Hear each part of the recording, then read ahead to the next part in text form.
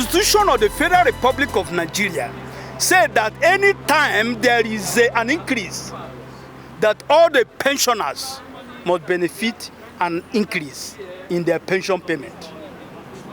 But instead of the government paying every pensioner, they segregated.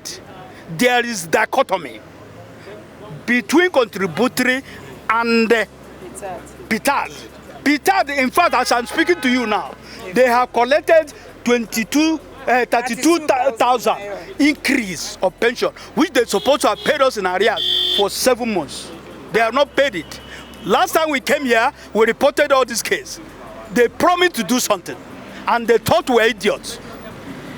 People of our age, I won't finish for this country only to be punished like this. Oh, and I saw money. I didn't go that way. I didn't go that way. Oh, you never okay, go talk. It didn't go okay. Under the scorching sun, and amidst the deafening noise of the city taxis, a group of elderly men and women in their late 60s and 70s, many looking infirm, tired, and neglected, took to the streets to demand justice. These individuals, who had served the federal government of Nigeria in various capacities as civil servants, were protesting over unpaid pensions. The protesters are members of the Nigerian Union of Pensioners Contributory Pension Scheme, NUPCPS. Their primary goal was to draw attention to their plight and deliver an open letter to key officers. On January 23, 2025, they marched to the Federal Ministry of Finance to present their letter to the Minister of Finance and Coordinating Minister of the Economy, Adebayo Wale Edun.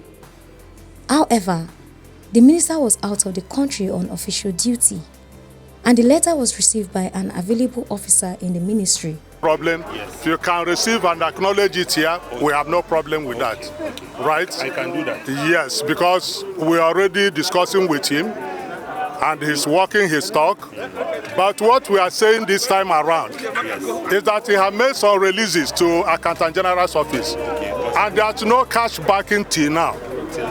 Yes, and if there's no cash backing between now and Wednesday, which will be 29th of this month, we will take over this place. With our families, we'll be sleeping in this place.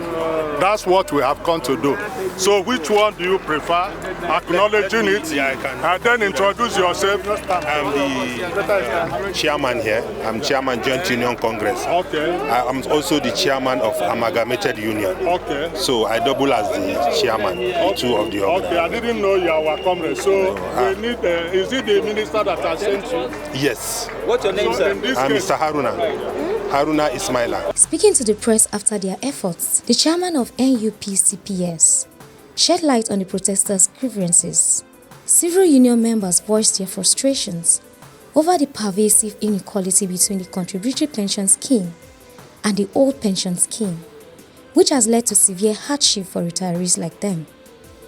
Their stories painted a troubling picture of neglect and the urgent need for reform. The grievance is this: since the creation of the contributory pension scheme, because there was an old pension scheme before the CPS, introduced in 2004. From that 2004, those of us under the CPS have been abandoned by the federal government. Abandoned in the sense that we are not receiving our pension entitlements. For instance, the increment from 2007 till date, we have not received a dime, whereas they keep on paying those under PITAD. And the fact is that we all retired under the DBS as of 2004, before the implementation of the CPS, Contributory Pension Scheme. But because government had no money to pay all of us, and some of us who had some years to leave the service, we were allowed to retire under PENCOM. But where all our entitlements, which is called accrued right from the old pension, which was DBS, the government is not releasing that to us. Whereas government is doing the same to our colleagues who are being supervised by PITAD. That's our grievance. And we have called upon the federal government severally, past has got into the office of the Honorable Minister of Finance. He has made promises, and he has started in his promises. But where we are now is that he has released money for all the accrued rights as approved in 2004 budget, and has also released the pension increment funds as captured in the 2004 budget. But up till now, there's no cash backing. It has been rough, it has been tough. My children are out of school, and my tenant have sent us out, my landlord have sent us out from his house because we cannot pay our house rent. I retired from service since November 2023. Till today, this is 14 months. The federal government are not even fit to pay my lump sum. I cannot even collect my pension, talk less of lump sum. And we are dying of hunger. There's no food in the house to eat. In fact, we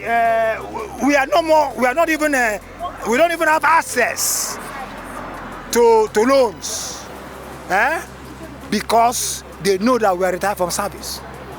Many of my colleagues that have been documented for over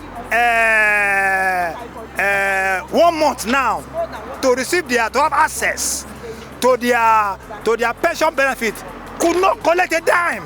What kind of country is this? Is it a crime for us to work for our fatherland for 35 years and earn in penury? Is that how this country is supposed to be?